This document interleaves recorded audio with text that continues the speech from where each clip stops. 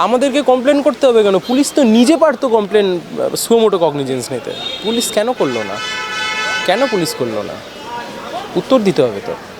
আর বা যারা এই যুক্তি দিচ্ছেন যে ওখানে কেন চিকেন প্যাটিস বা ইত্যাদি ছিল, আমি আপনাকে বলছি ওখানে বিজেপির এমন তাবড় তাবড় নেতা ছিল, গরুর মাংস বিদেশে বিক্রি হয়, যে কোম্পানি বিদেশে রপ্তানি করে সেই কোম্পানির টাকায় চাঁদা নিয়ে ভোটে জিতেছিল।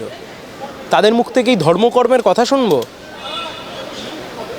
ওখানে এমন একজন ভদ্রলোক বসেছিলেন গীতা হাতে নিয়ে, যে ভদ্রলোক আজ থেকে 6 বছর আগেও মুসলিম সেজে নামাজ পড়বার ঢঙে গিয়ে বসে থাকতেন। তাদের থেকে এই সমস্ত গল্প শুনবো? এটা হতে পারে?